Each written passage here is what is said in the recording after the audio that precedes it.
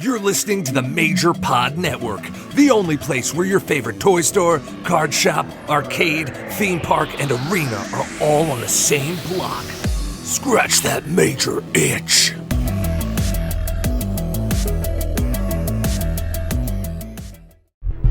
This is Tony Chimmel, and I'd like to introduce the hosts of the Game Marks podcast, George Feast and Johnny Clash.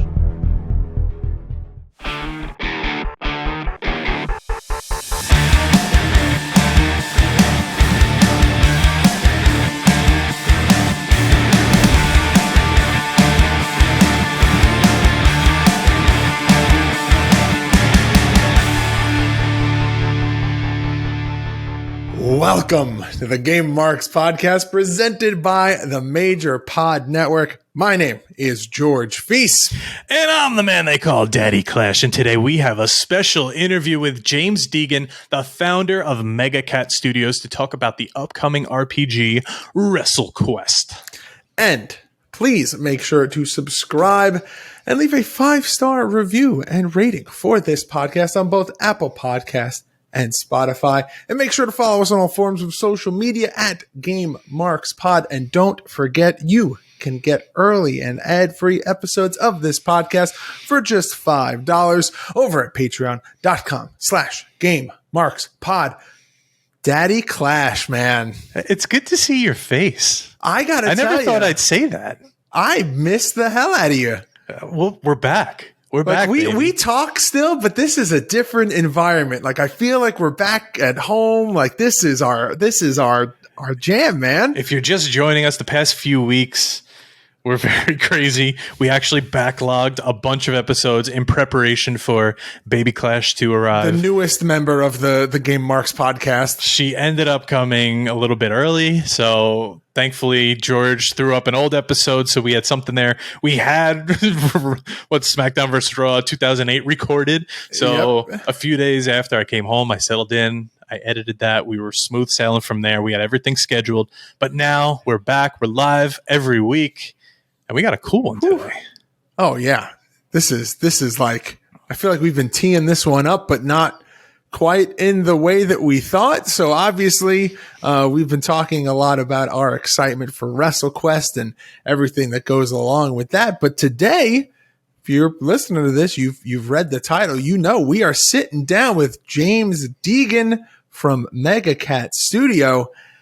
And yeah, this was an incredibly in-depth. I don't even know to very knowledgeable. The studio, the backstory behind how they arrived at making WrestleQuest, the stories behind him and his team, and what everyone brought to the table. It painted WrestleQuest in such a different light that I actually am like double, triple excited, like way more excited than I was. And I was already pretty hyped for this. John, how do you feel about this? I know so much Jeff Jarrett. So much Jeff Jarrett. Like, I know that you're not a huge RPG guy, but a huge Jeff Jarrett guy. So we're all in. No, this is actually one I am very much looking forward to. Guacamelee, do you consider that an RPG? It's more like a platformer. It's a platformer, yeah. It's got the RPG. I don't know. It's kind of driven by it a little bit. It's a progression platformer, I guess you could call it. Yeah, but like Brasstown Wrestling, like we mentioned on the show, I future endeavored. It was like just there. It could have been over the edge. It needed the license. It needed a few other things. I think this game has it. Plus, it's over 50 hours of gameplay. Plus, it's going to be on consoles. This is not something I have to sit in front of the computer. Fucking beautiful. It's beautiful. I'm ready. Do you want to dive in? Do you want to go? James is on the horn. Let's do it. I'm ready, man. I'm ready.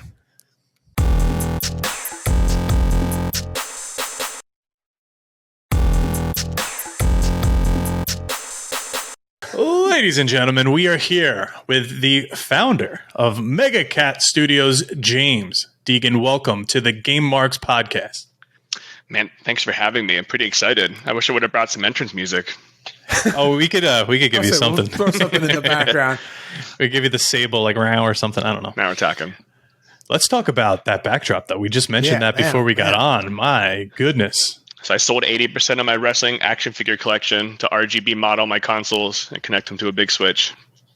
Wow. That's like dream work right there. If you're only listening and not on YouTube right now, there's like every single thing behind James right now you could think of. It's impressive. Like it is a striking background. At first you're like, oh, that's a lot of storage behind it. But then when you actually kind of like take stock of what's actually sitting behind you, like, oh wow, look at all of those consoles. Yeah, it's like I always joke that it's my life's work, but it's it's like my first, not getting too down a weird rabbit hole. When we first decided, my wife and I, to like remodel this house, which was just in crazy shambles. It was like 25 raccoons were the tenants. It was very bad, Oh, and it was this like a couple small apartments. We're in like an area of the city that's like emergent, but like now pretty decent in Pittsburgh. And when we first bought it, it was like a sheriff's sale that just had a lot of space. And I remember my wife had this pretty grand vision of like, HETV makes it look pretty decent. I'd love to decorate that place. I'm like, well, this is missing some floors and walls, so it's going to be long. And I'm also not a contractor. But, as we got deeper into the planning, she decided she just wanted a dope walk-in closet. And my consistent pushback was like, you can have whatever you want on that floor, but I do want the third floor. And it's just going to be like my final dungeon of solitude. And, a couple years later, after all the many construction overages and issues, I just continued to use it as my happy place. So I just kept putting more and more time into, well, I guess I'll just get these custom grommets, or we'll do this custom wiring. And it's like slowly but surely became like an obsession to make sure it was just right, the right ventilation and the right space and the right size and the cubes and the cartridge size and all the things. So it's an unreasonable number of hours went into planning and working on it and actually building it. And then the drawers below have like integrated power and ventilation and, all sorts of extra line conditioners, and everything's fairly automated. So I can turn on, the Mark II, the Sega, or the Panasonic Q, or whatever it is, and it automatically is detected through the switch, and I can play it through the, upscaled scanline generators, whatnot on my big TV there, or I can roll over I don't know if you see the big CRT over there on wheels, but I can just plug that right in through my extra GB Mini, then I can have a CRT version. So it's I don't play any of them because I work all hours, but every once in a while I get to really, really have a good time. All right. So I feel like that's always the trade-off with these kinds of things. When you get to the point where you have a space and you've got the monetary ability to fund the passion projects, usually that goes hand in hand with you have to have the time to make the money to fund that passion project. Yeah. So you get to kind of appreciate it from afar and be like, one day I'll be able to sit down and enjoy it to the full extent. But probably some of that, I don't know if you guys have ever done massive house renovation stuff, but there's no money at the end, dude. I feel like we have a lot of parallels going on right now. Yeah. It ends up just being like loans and sweat. And at the end you're like, well, that was over budget by everything. And I guess I just don't get cheese on my pizza anymore, right? So it's like this. Right. It's definitely an adventure, but you skip out on the toppings. Yeah, I think we moved in, like we still had like drywall missing and things like that. Because it just costs so much money because everything always changes, right? But pretty happy with how it ended up. It just took an extra few years with the game room, and then we have game nights here with the team pretty often, so it ends up being this kind of extra perk. Well, That's awesome. It looks really cool, and I assume you just don't have plug and plays in there. You're not a plug and play collector. Not as much, but there's a lot of stuff I do collect. Like I'm pretty into Neo Geo and Sega Genesis. I'm easily my number one, but I have a pretty profound, horrible joystick collection. Like game joysticks that are impossible to use or incredibly ugly, rare. Like that's been pretty dope. And then I love the retail display stuff. Like I've been hunting that stuff for 25 years. So do you have the WWE All-Stars? Do I have the game? Joystick. No, I don't have the joystick. The joystick. I try to get joysticks that are like, I'd say like 4th generation and earlier. Like I try to get like, okay. I don't know if you're familiar with like the Cheetah brand joysticks. You know what those are? It sounds very familiar. I feel like it's come up. So they're pretty off the wall. And I'm going to do a really very short, you guys have to see this. It's like a must see. Okay, so this is the Cheetah joysticks. You get to see these usually fairly cool looking, but not fun to use. Like here's the alien one, pretty great, right? Bart Simpson. Oh yeah, I've seen Batman. this. I got this turtle here, which is like, by the way, no one can play any games with this. You just put your hand on the turtle and kind of tilt it. You know, there was an era where we would just try to beat our own games with the turtle, and it's also impossible after you've had a little bit of whiskey. But there's just a really crazy joysticks, and this is one of my favorite, not great quality brands from this era. And look at this one. Like, why does this exist? I don't know. You know, really small hands. Especially the ones that are like character themed. Like that almost becomes like borderline action figure territory. Like it kind of like walks that line. I mean, look at this turtle. You just know it's bad news. Look at his face, you know. But but all the cheetah joysticks look great on a shelf, and this is like one of the bane of my existence. This Batman, because every time I've ever purchased one, there's like an asymmetry and damage to his ears, and I just can't stand looking at it. But huge fan. It's the first thing I thought about is that those ears got to be busted all the time. Huge fan of this brand though, and there's a lot of stuff like this. Like this is the stuff that I spend a lot of time just hunting down and have a really dope set of them that is probably the most space consuming weird collectible stuff. But you can see how not comfortable they are too. Like look at this guy holding this alien. You just know he's like, yeah, something good about it. Yeah.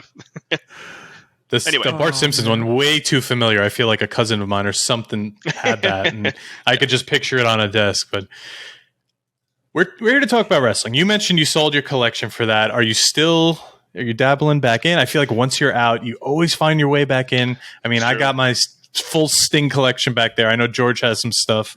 What do you collect? Are you collecting video games other than the consoles? Yeah, you know, I mean, I grew up in a pretty wild like family environment, kind of floating around different foster homes and just like not having a ton of stuff follow me. So around like high school, once I was in the same place for a while, I had my own job. I started just hardcore collecting wrestling stuff, like everything I wanted. When I was younger, I started just accumulating. And that was like early eBay years too.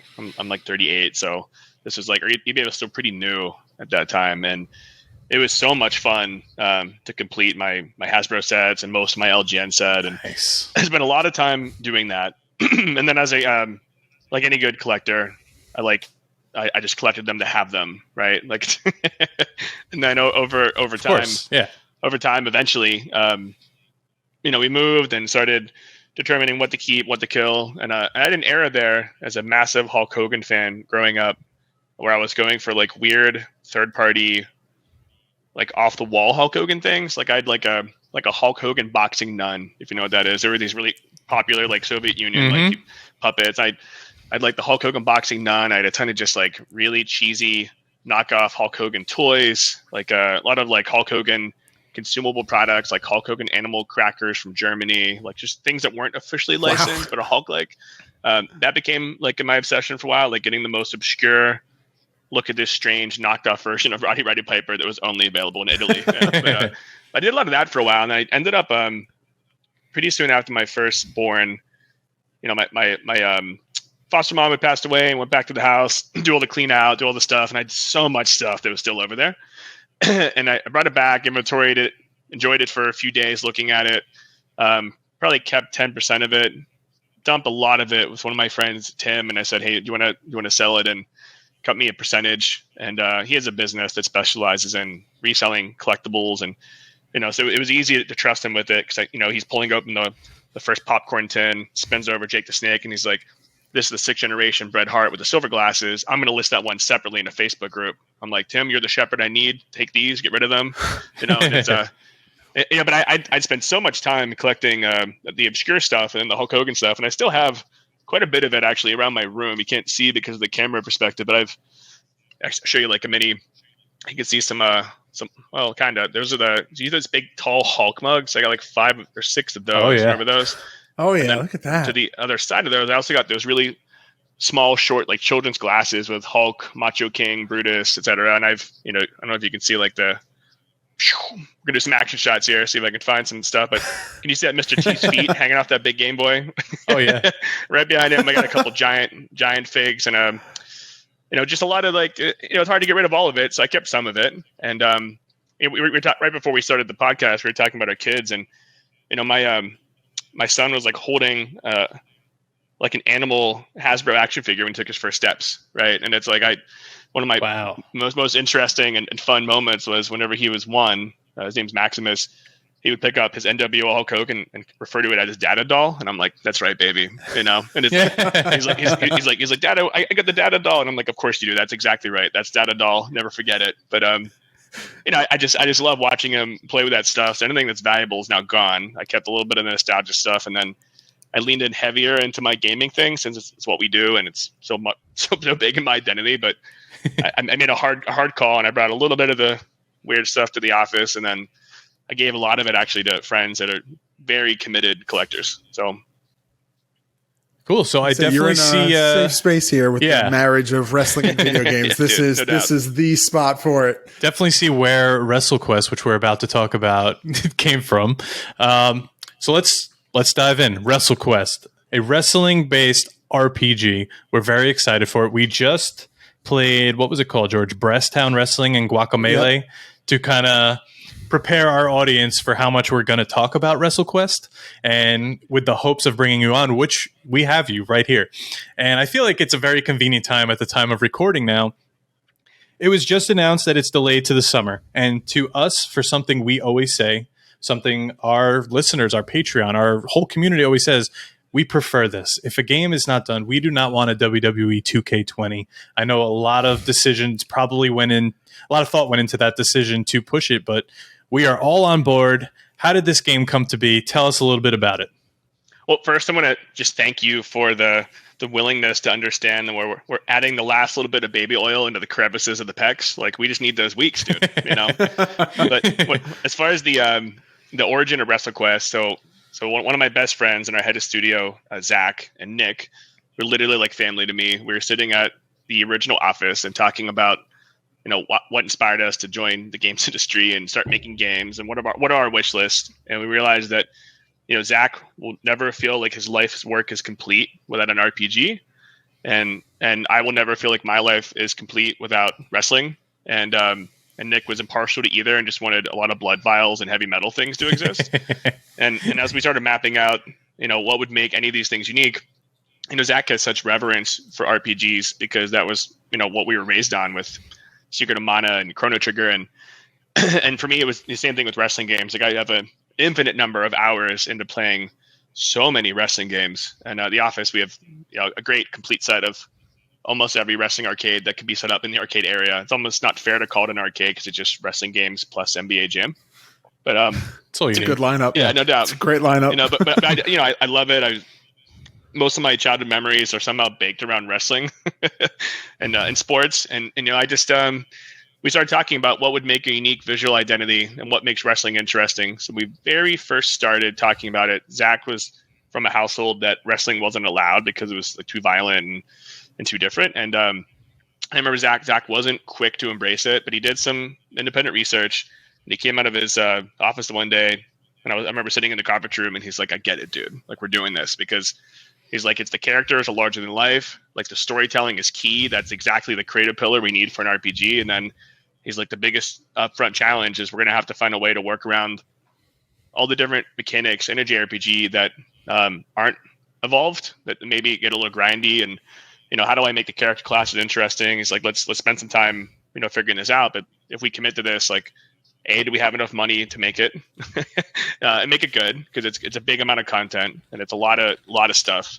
And then, C, like, when do we time it? Like, when do we put it in our company roadmap? Do we start now? Do we start later? So we put it in a slow cooker and we started working on the design, the pre-production of it. And, over about a year and a half, we got into kind of what eventually became the heart and soul of WrestleQuest with turn-based content that emulates the sense of watching like a wrestling pay-per-view where there's a hype meter at the bottom that builds up based on the character making unique moves that play into the audience that's watching and the fanfare of it. There's character classes built around iconic wrestling archetypes with the tactician and the high flyers and the showman. And we started really just building out all these things that eventually became the unique mechanics of what makes the gameplay fun and more leaned forward and less kind of laid back casual. And we added in the pin mechanics and all these other things that eventually became really fun for fans.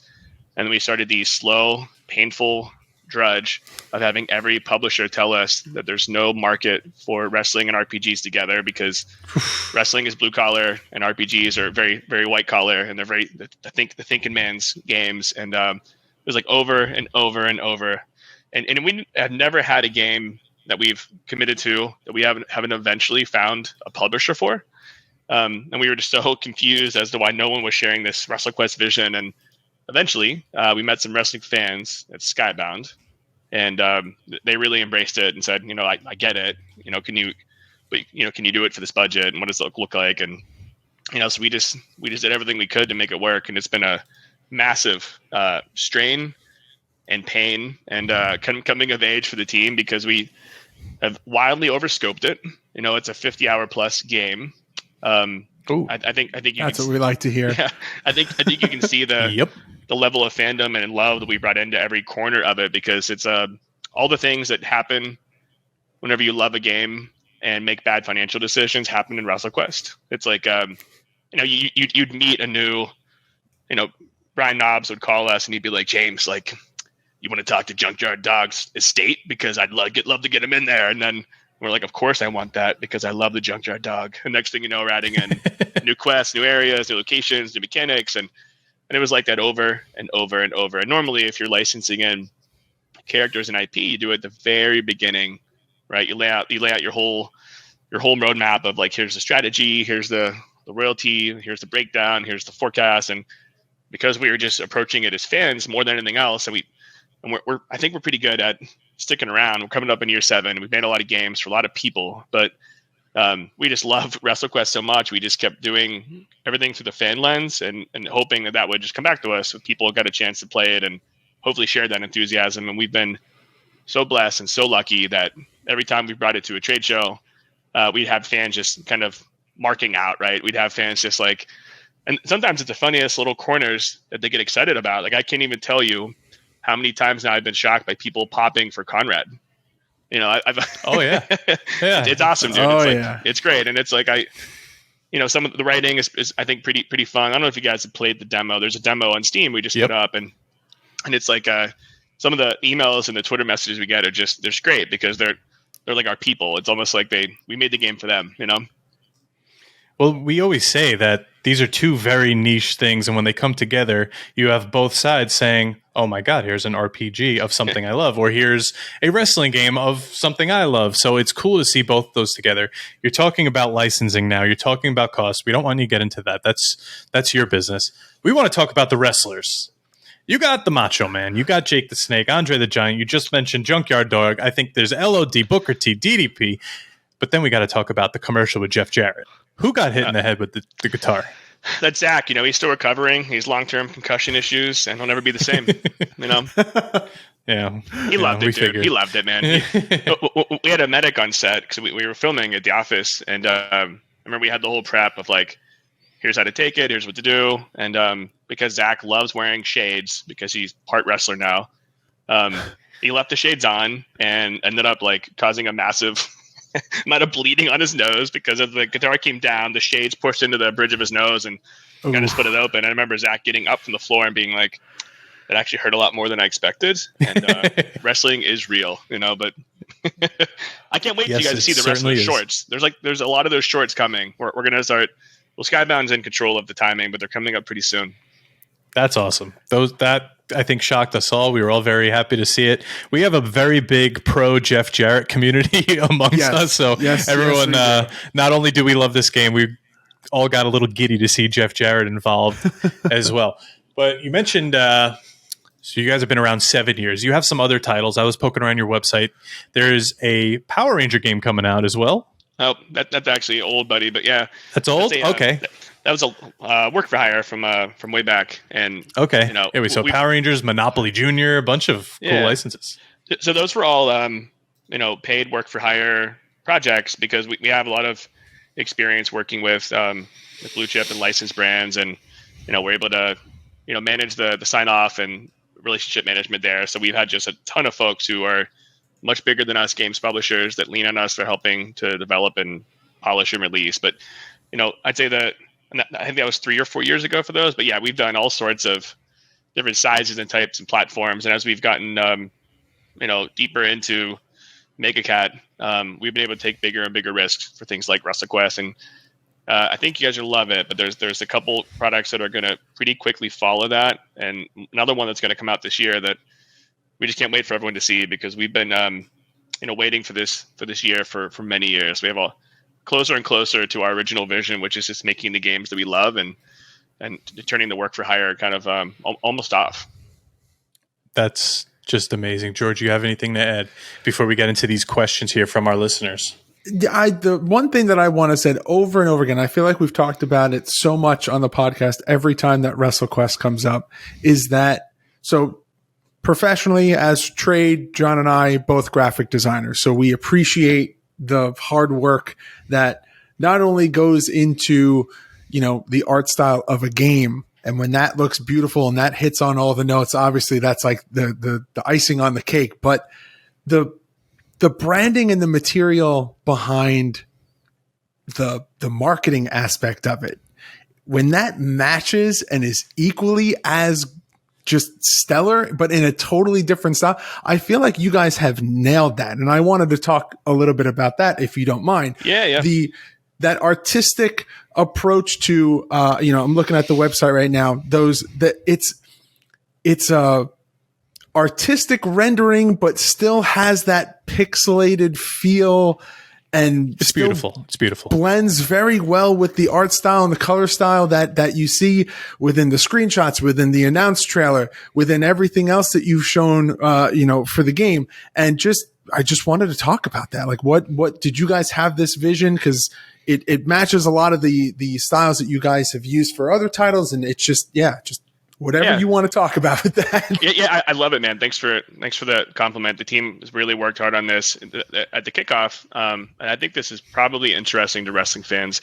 We laid out kind of our creative pillars of what we wanted to have in the game from a wrestling fan perspective, and then from I want to say like a customer engagement perspective. Like, how do we make it feel personal? Because we want this to elicit the feelings that we had when we first played these RPGs and we first found wrestling at 8 or 10 or whatever age you were.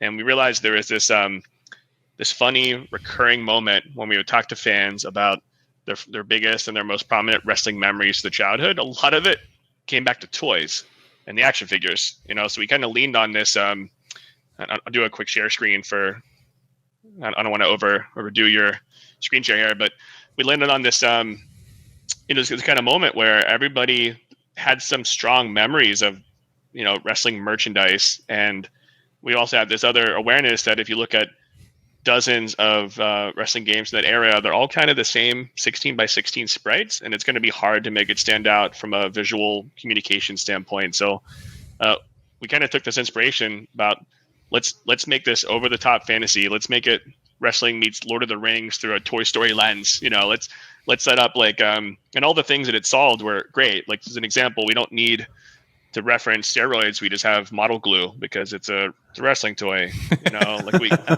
can, 'cause being on the road all the time and throwing that same punch over and over, it might wear the shoulder out in that spring. So there's a lot we can do there that I think also allowed us to explore this really extreme over the top without having it become too violent. One of our creative pillars is we wanted it to be family friendly and E for everyone, E10 plus range, because we call it the cat dad moment.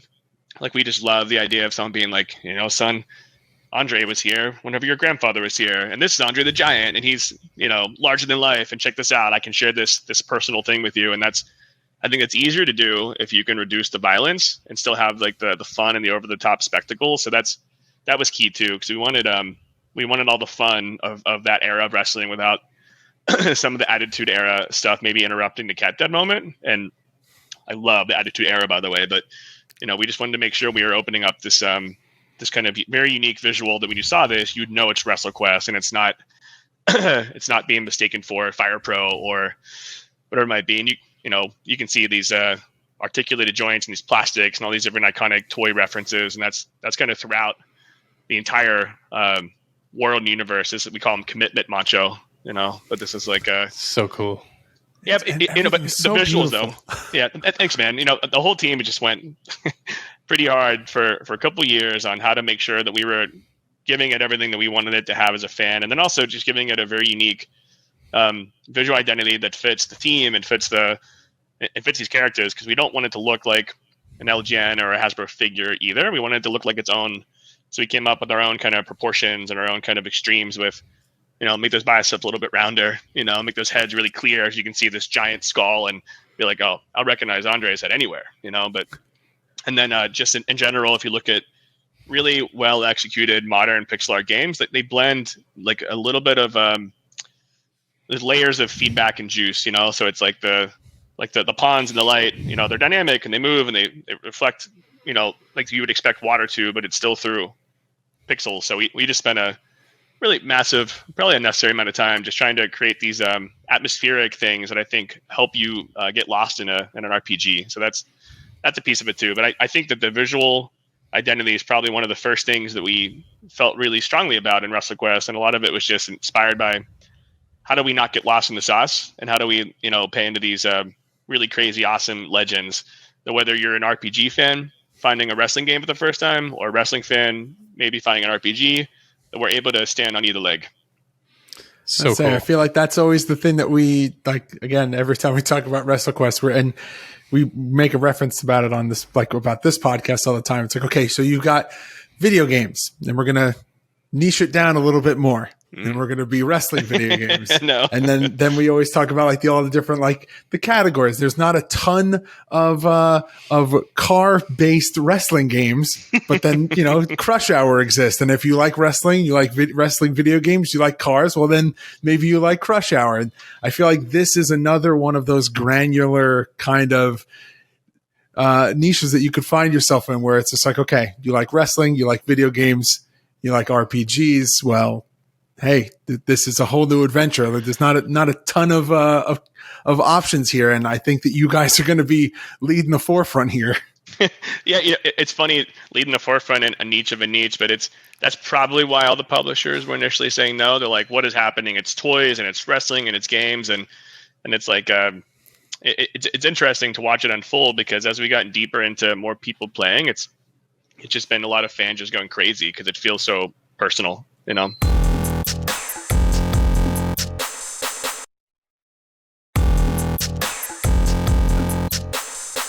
And I think it may even be something that eventually, expands beyond even the wrestling fans. Like maybe it just is something that so many, because of the art style, because of the visual effects that you guys have put in, that, I feel like if you're a fan of RPGs or a fan of video games in general, you can tell when a developer, a publisher, or, passionate about the project, passionate about the vision that they had set in mind. And I feel like you guys got that in spades. And I feel like it shows through the execution of the game itself. And so I feel like I appreciate it, man. The team is, we're really hinging our house on it for sure. But, part of our hope is that we can, extend this into something like a Quest franchise, because someday we're going to make Hockey Quest. That's one of our other long-term wishes. John's ears perked up right now. Sorry, my PS4, which I am nowhere near, just started beeping and spit out the disc, and it just keeps beeping and sounding like it's trying to spit out more discs, and I'm not even near it, so I'm trying to unplug it. Yeah, I really the whole team has rallied around it and kind of owned all the different little pillars. I think there's definitely a future for something like a WrestleQuest franchise. It's a Quest franchise, and maybe for that matter too. We had a really great coverage in a GameSpot article that was all about why people don't blend wrestling with more things, and how I would make new wrestling games in every genre. Truly, we talked to Jeff about this a ton of times, and how we think there's something there for wrestling fans, and if they're supporting WrestleQuest the way we think they will. There's definitely other things on the horizon. So we have another prototype underway. It's another genre. It's also a little bit in collaboration with Jeff that we're pretty close to bringing out and showing some folks. Yeah, people always ask me my favorite wrestler, and I say it's my favorite three, and I say it's Jeff Jarrett 2 times. That's I'm just a huge fan of Jeff, and it's he may have done more for wrestling than any other independent wrestler. If you look at his background, third generation promoter, it's what's been interesting too is he's like a wrestler's wrestler. Wrestlers love and respect Jeff in such a big way. And it's that kind of camaraderie and brothers in arms that's been part of our experience meeting all these folks. And same thing with DDP. Like, the wrestlers love these guys because they've treated people well, and all the Jeff's, skeletons, public and otherwise, like, none of it ever ends with Jeff not taking the high road and then just elevating people around him. Like, it's probably a bigger piece of his legacy that isn't celebrated enough. Agreed. 100%. Took the words right out of my mouth, John. Sorry, I was dealing with the PS4, but Hockey Quest sounds phenomenal. I'm a big NHL guy, big Islander fan. I will be looking forward to that if that happens. The questions, you kind of just answered them. Hold on, I gotta jump in. I gotta jump in real quick. So we've joked about on this podcast for a really long time. John and I are big fans. Not sure if you're familiar, but there is a Remco game that is WWF Superstar Shootout. It is like a foosball game, but it's all WWF wrestlers playing hockey. And all of their sticks are themed. And we have been joking for years that we are both going to learn how to make video games, and we are going to make this a real game. I tried and I failed. Game Maker Studio is not my best friend. I made a ball bounce once, and that's where I will end it. And that's it. I get it, man. Sports simulation games are quite challenging because of the, simulating physics and those things can be tough. It's like I think the phrase is you have to find the fun, and it's hard to do that as your first game. But yeah. I'm very familiar with that toy. I had it, and if you try to find it on eBay, it's almost always missing 30% of the parts. It's awesome. Or you're going to pay like $3,000-$4,000 for the complete in-box one. Yeah, crazy. Yeah, but if George doesn't interrupt me again, the first question was from Will McDonough. You kind of answered it already. Is this going to be a one-off or an ongoing series? We kind of just spoke about that. But what were the biggest influences on WrestleQuest, say RPG-wise? Is there anything it's loosely modeled off of, something you guys played beforehand to say, let's take elements from here, let's take elements from there, something we like? Yeah, Super Mario RPG.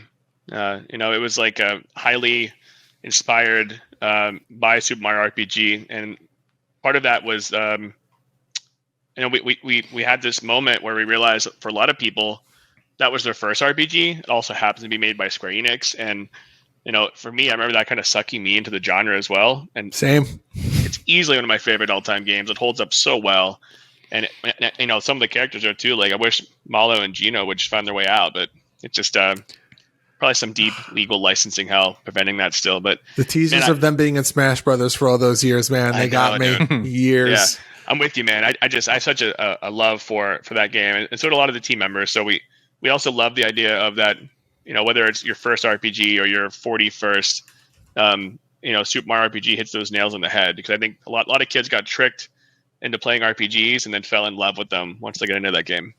Yep, 100%, absolutely. Now, Jeremy Verrett asked, were there any wrestlers you wanted in the game that you weren't able to acquire, and who was the hardest to get? Yeah, I don't mind mentioning this because we've mentioned it in a few interviews, but Bret Hart would be the one, and we signed Bret. We did all the Bret content, and then some months went by, and then WWE purchased all of his rights, and we had to terminate it and remove a massive amount of content because we kind of had him and Macho on a pedestal in the game where they were.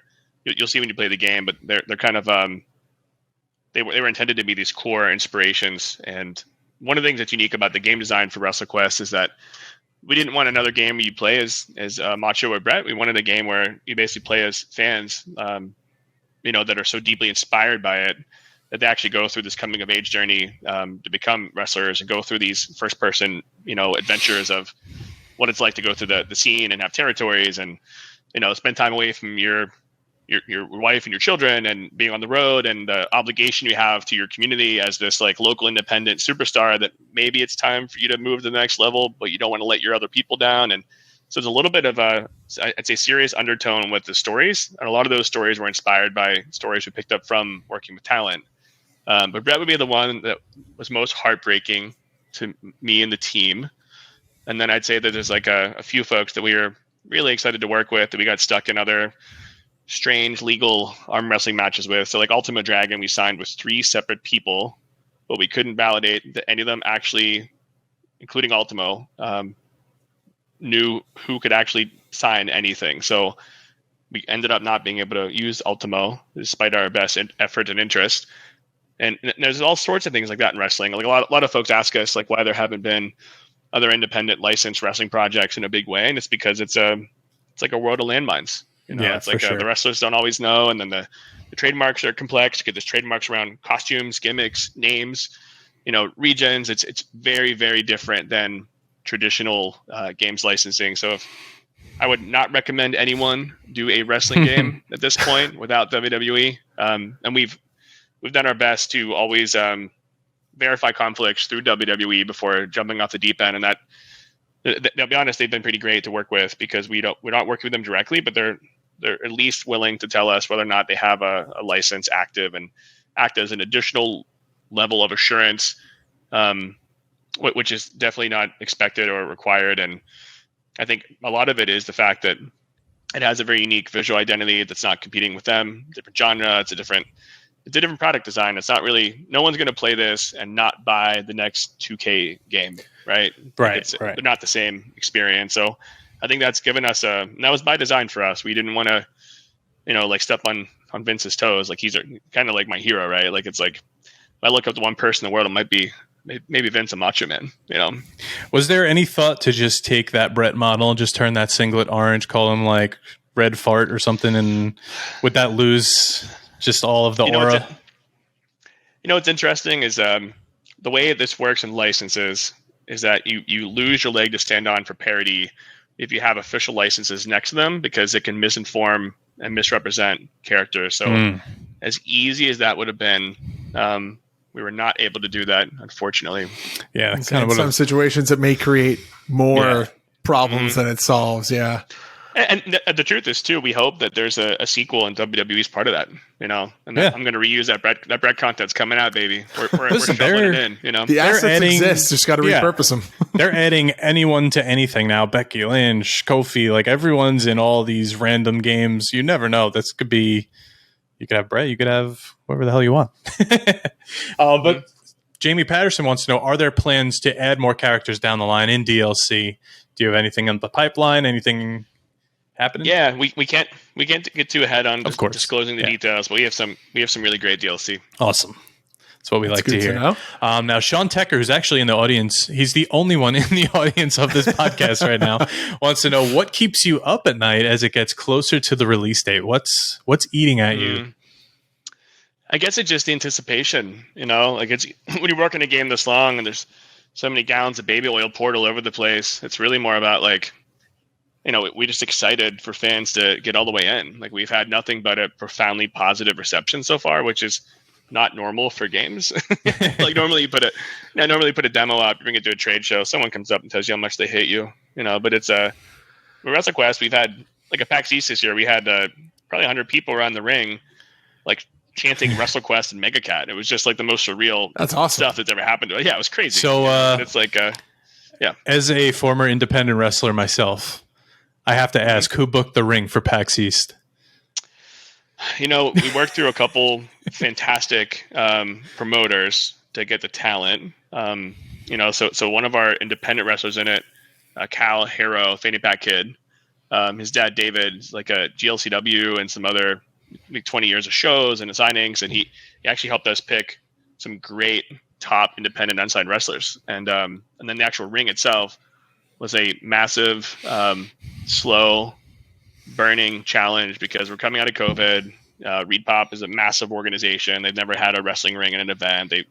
It's security and fan service first. And they just saw the fan service was so strong that with the right contingencies and insurance and preparation, they were willing to let us, bring this wrestling ring out, which that was one of our original goals was like, if WrestleQuest hits, we want to get a wrestling ring in an event. Oh, hell yeah.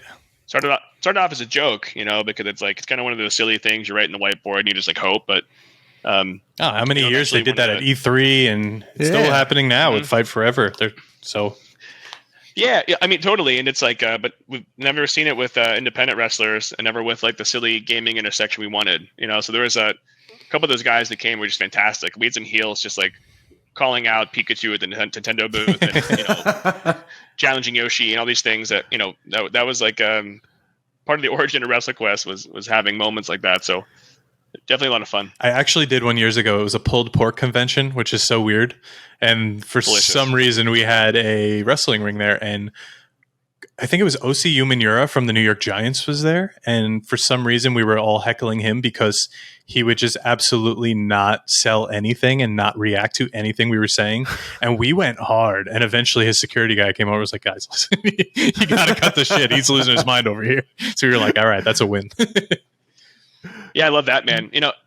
I love the idea of a pulled pork convention having a wrestling ring. What a great idea. Right? Crazy.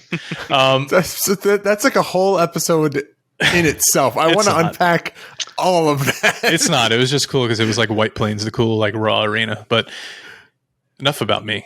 I'm nobody. What was it like working with, or what is it like working with a company who's primarily a comic book company that is pretty heavily in gaming now?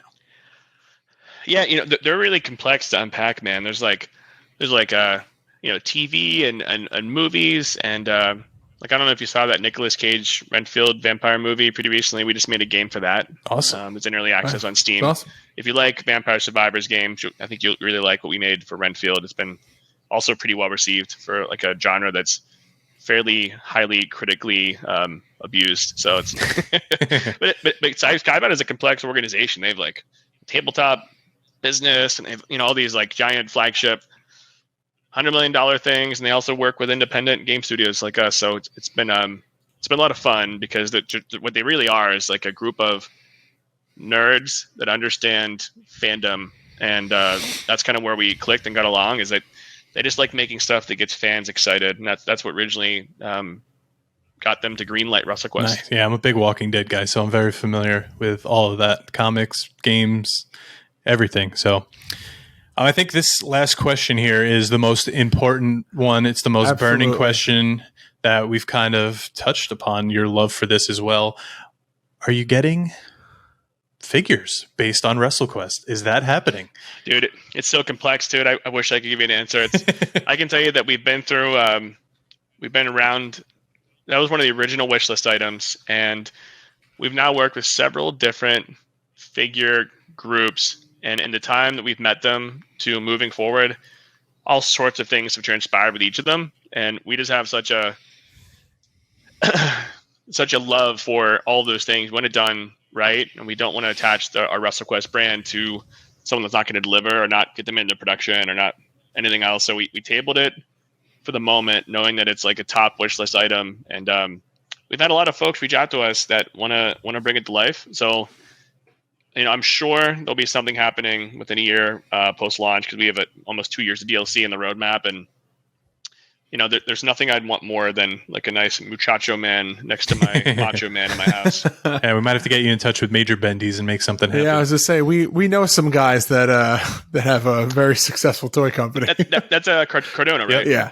I talked to Matt and his crew a couple times. The real challenge and the reason we haven't just jumped in, because I think they would be the folks that we would personally work with the most. But, we don't have a distribution pipeline for toys, but we do games, so in our world, we're really just looking for somebody who understands that audience and that pipeline and that production and all these little subtleties that we don't really want to learn by failing forward, I feel you.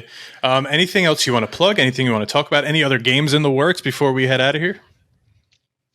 Renfield's definitely worth checking out. So Renfield, Bring Your Own Blood. It's almost 80 Metacritic right now. It's in early access. If you played any of the Vampire Survivors types of games, I think there's something unique there because we have this extraction mechanic and this really wild kind of over-the-top art style that kind of fits some of the WrestleQuest DNA. Mm-hmm. Similar team members. As I've kind of rolled off WrestleQuest, we've been rolling them into all sorts of fun stuff like that. But I'm excited to make our next WrestleQuest announcement. You'll be getting some big news in the next couple of weeks. Ooh, baby. All right. Ooh. All right, cool. Excited about that. I mean, thank you so much for taking your time and talking to us. We can't wait for this game. I know our community is going to be buzzing when it comes out. Thank you for joining us. Yeah, thanks for having me. I'll make sure when it's up and live, I share it with the cats. Awesome. Thank you. Appreciate it. Wishing you guys nothing but continued success, man. Thanks again. Yeah, thanks, guys. Catch you later.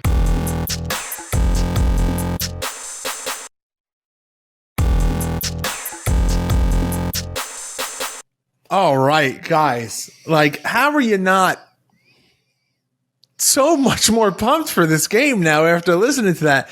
So many, like I said before, so many little details, little insights behind the choices that they've made leading into the design, the art style, the story, the progression of everything that goes into WrestleQuest. And yeah, it just makes me so much more excited for this game. If you haven't already, you heard James mention it. Free demo available now. Make sure to go and play it. No official hardline set release date, just coming out later in the summer. Might be announced very soon. So yeah, he at the tail end of that, you guys may have picked up on something. There's a little announcement coming soon. Hopefully it's an official release date. Hopefully it's some more details about a little bit more about the game. But man, so cool. Again, huge thanks to James for coming and taking the time out of his very busy schedule to come and talk to two schmucks for the podcast about that's a all we are. game. That's all we are. But George, I'm so happy I could finally say this again. What are we playing next week? Next week, man, we are coming out swinging. It's been over a year, so I think it's time we can officially play it. Let's go and play WWE 2K22. I am so glad I didn't delete it off my Steam library. Ooh. I'm excited. I like this one. I'm pumped, man. Coming out swinging. The few things I want to get out of the way right now. One, it's good to be back. We said that already. Got to say it again. Two, congratulations. It hits different, It hits different. To you and Mrs. Clash. Thank you. Oh, just insanely proud of you guys. Insanely happy for you guys. Just, you guys are going to be the coolest fucking parents ever, not a doubt in my mind. And I guess with that, guys, youtube.com/GameMarksPod for our weekly playthrough videos, exclusive content, and more, including this week and every other week's game. GameMarksPod.com/shop for all of our exclusive merchandise. Now, you're listening to this probably a couple of weeks after we've recorded it, so hopefully by the time that this actually comes out, there's a new shirt on. But I can't upload the design until John sees it. So hopefully by now it's up there. He's doing this again, huh? Something's coming. Just be ready for that. At GameMarksPod on all forms of social media. Please make sure to like, comment, subscribe, ring that notification bell. So happy I get to do this again. And leave us a 5-star review on both Apple Podcasts and Spotify. And don't forget, you can get early and ad-free episodes of this podcast on our Patreon for just $5 at patreon.com/GameMarksPod. And of course, if you have a product or service that you would like to advertise on this podcast, please feel free to reach out to us at GameMarksPod@gmail.com. Johnny Clash, it's good to be back, man. Whenever you're ready, do that thing. Game over. Marks. Daddy Clash. Game Marks Podcast, put them on the radar. Playing rare games, Sega Saturn, no game shard. Johnny and George work hard and they play hard. Future endeavor games and put them in the graveyard. From the deep dive to the clash at the feast. How can I get more? That's question of the week. Follow on Twitch, there's nothing that they won't play. Game Marks Podcast every single Monday.